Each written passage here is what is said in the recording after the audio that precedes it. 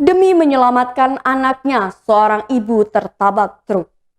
Kecelakaan terjadi di Jalan Pesut, Kecamatan Tenggarong, Kabupaten Kutai Kartanegara pada Sabtu 2 Oktober 2021. Seorang ibu tertabrak mobil truk demi melindungi anaknya. Insiden tersebut terekam kamera dan videonya viral.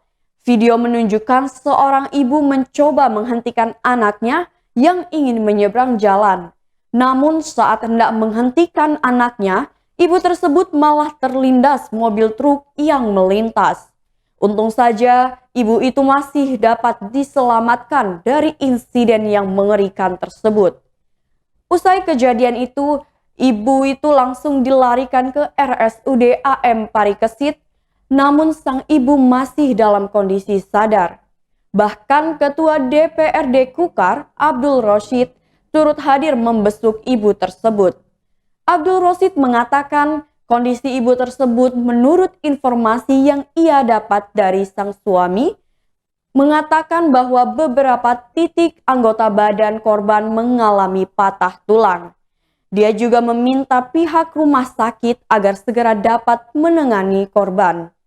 Ia menambahkan, dari kejadian tersebut dapat diambil pelajaran bahwa kecintaan ibu terhadap anak sungguh sangatlah besar, sampai harus mengabaikan keselamatan dirinya sendiri demi anaknya.